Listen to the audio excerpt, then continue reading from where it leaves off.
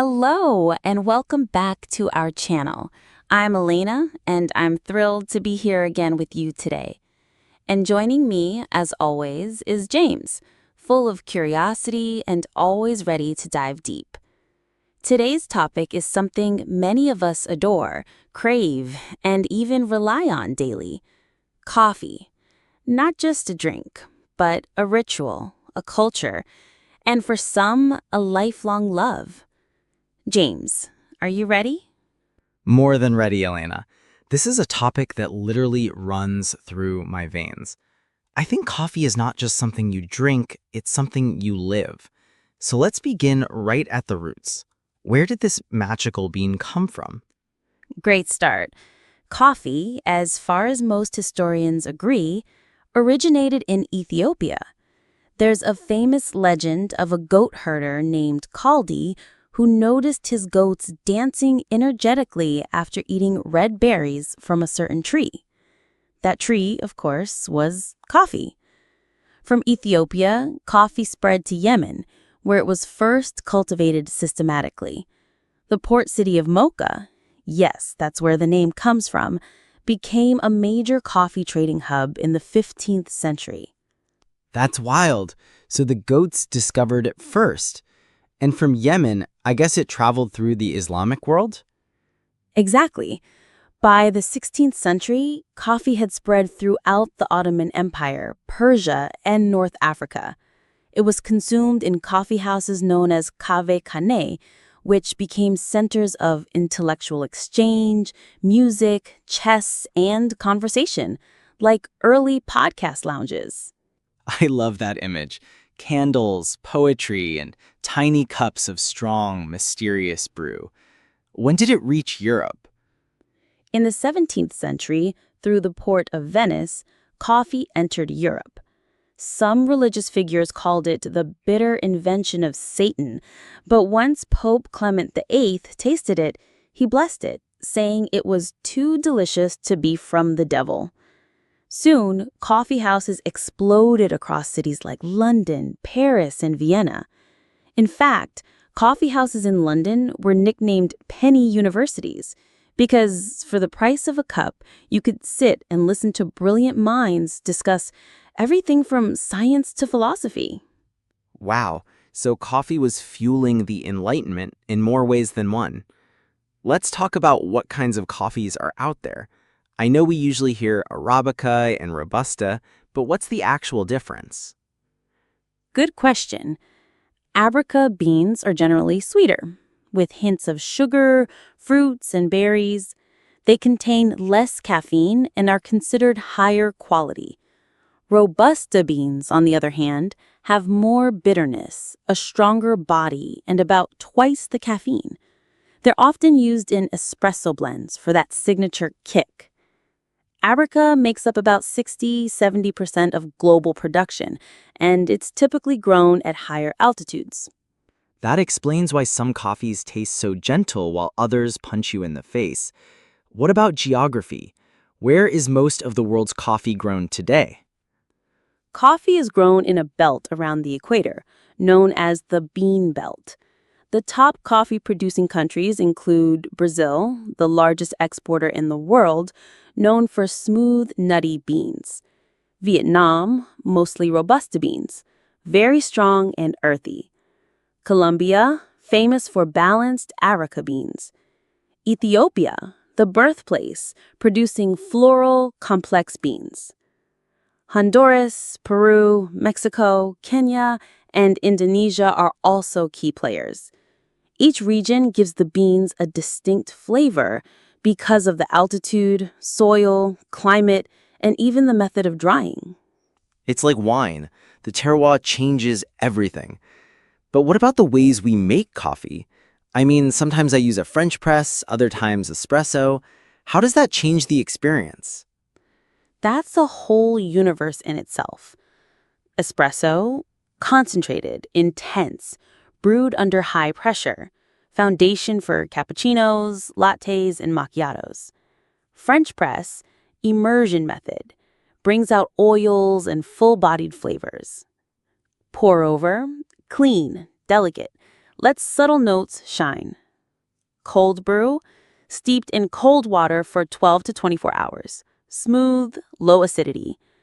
Turkish coffee, unfiltered, boiled with sugar and cardamom. Rich and bold.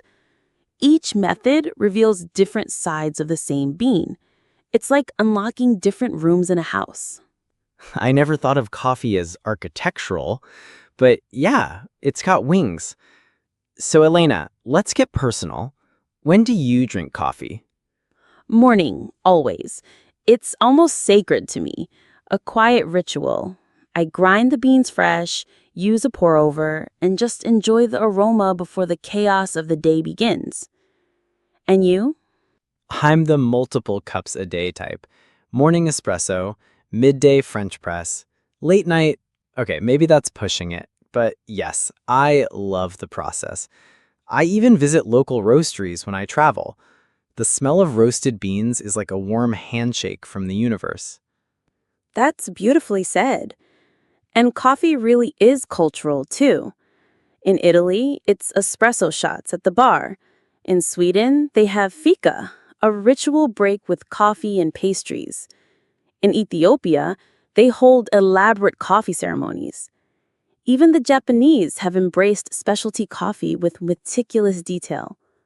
And don't forget Turkey. I had the strongest coffee of my life in Istanbul. But it's not just culture. Coffee is also a business empire, right? Absolutely. The global coffee industry is worth over $100 billion and employs millions, from farmers to baristas. But there are concerns too: climate change, exploitation of workers, deforestation. That's why many now seek fair trade in organic beans. Ethical consumption is rising, and that's a good thing. I agree. Let's respect the bean. And speaking of respect, some people worship coffee like a religion. Is that healthy? In moderation, yes. Coffee has antioxidants, improves alertness, may reduce risks of Parkinson's, Alzheimer's, and even depression. The sweet spot?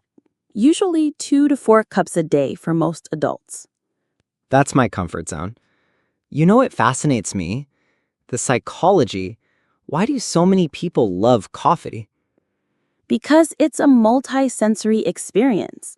The aroma triggers pleasure sensors. The taste is rich and complex. The warmth is comforting.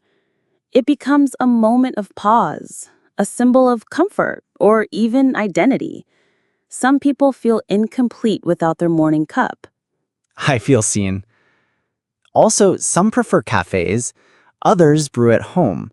What do you think about that? Cafes are social spaces. They encourage interaction, reflection, sometimes even creativity. Home brewing is more intimate, ritualistic. Each has its own beauty. Some people even treat coffee as a form of art, adjusting grind size, water temperature, extraction time. It's science and soul, really. And the passion is global. Coffee is more than a drink. It's a story, a journey. From a high mountain farm in Colombia to a steaming mug in someone's quiet kitchen in Norway. And in every cup, there's a bit of history, a bit of culture, and a lot of love. Exactly. And that's the magic of it. So, whether you're a casual drinker or a certified coffee fanatic, remember to sip mindfully, support ethical sourcing, and savor the moment. Honestly, Elena, I didn't think I'd get so deep into a conversation about coffee, but now I'm fascinated. From the farms in Ethiopia to cafes in Tokyo, it's like the entire world connects through one cup. That's powerful. That's exactly the beauty of it, James. And I'm so glad you felt that. Sometimes it's these small everyday things, like a cup of coffee, that open the door to much deeper conversations, cultures, emotions, even memories. And I believe that's what we're trying to do here. Not just talk, but connect, explore, and share something meaningful. And to everyone listening right now, If this journey through the world of coffee stirred something in you, even just a spark of curiosity or comfort, I invite you to stay with us. Hit that subscribe button, and if you found this episode enriching, share it with someone who might enjoy it too. Let's spread the knowledge, the inspiration, and the joy of thoughtful conversation. Because the more you engage with us, the more we're able to keep creating these in-depth, warm, and valuable episodes, ones that don't just inform but also inspire. So thank you, truly, for being part of this moment. Until next time, keep learning, keep sipping, and keep sharing.